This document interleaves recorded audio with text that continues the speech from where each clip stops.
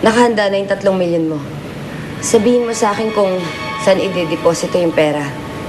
At sabihin mo na rin sa akin kung anong resulta ng medical exam ni Lola Ana. 3 milyon? Barya lang yun eh. Ano? Pambahid ko lang ng utang yun, Lynette. Gusto ko nang magsimula, gusto ko magbagong buhay.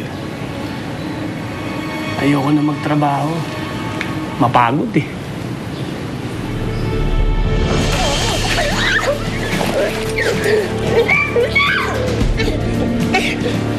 Bitaw na ka!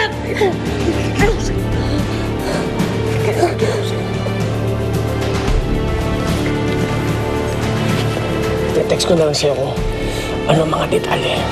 Kung saan may dideposito ang pera. At doon ka na rin magdideposito sa lahat ng hingin ko sa'yo. Naintindihan mo ba? At kung hindi mo ako susundin, alam mo na kung ano mangyayari.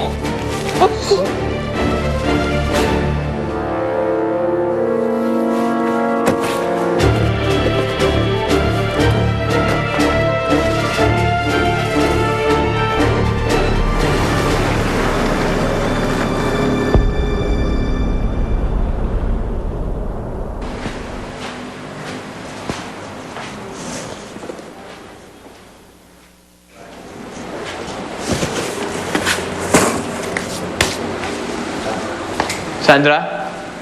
Sandra? Ang galing ah. Naninis agad dito. Anong ginagawa mo dito? Naisip ko baka nagugutom ka. Kaya din lang ako to. Jacob, hindi mo ako kailangang babyhin. Kaya ko namang kumain pag nagugutom na ako eh. Sorry. Sorry din sa nasabi ko. Hindi ko lang talaga maiwasan dalawin ka. Kamustahin kung okay ka ba dito. Eto, tutuloy na rin ako. Salamat.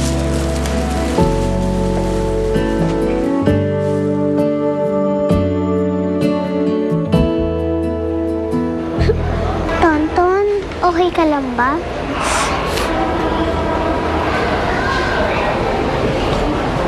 Kokak! Kokak! Kokak! Kokak!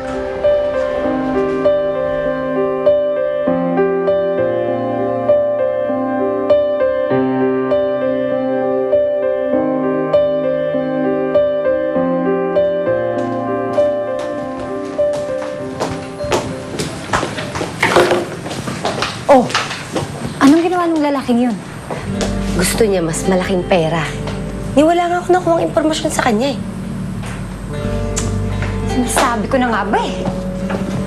Ang laking problema niyan, Lynette. Halika nga rito. Huwag na huwag mong sasayangin yung 3 milyon na ninakaw natin. Gawan mo ng paraan yan.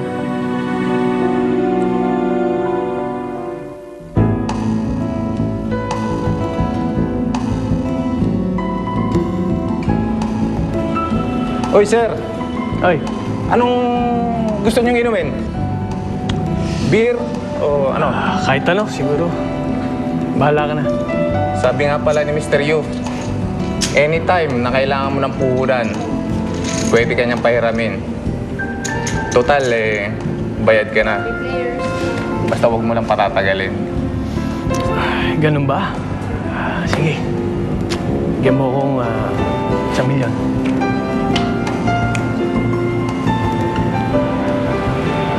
Oh, manipis na yan ah. Lipat ka muna sa kabila. Okay.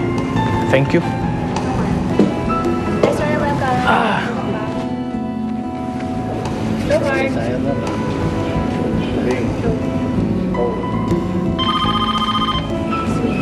Okay, okay. Salamat, salamat.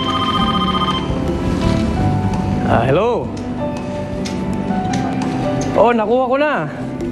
Philip, baka naman pwede natin pag-usapan to. Nag-usap na tayo. Wala nang pagbabago yun. Hahatian kita sa kayamanan na makukuha ko. Kailangan ko lang ng tulong mo. Shoot! Sige. Ano yun? Ano bang tulong kailangan mo? Paano ko papatayin yung matanda?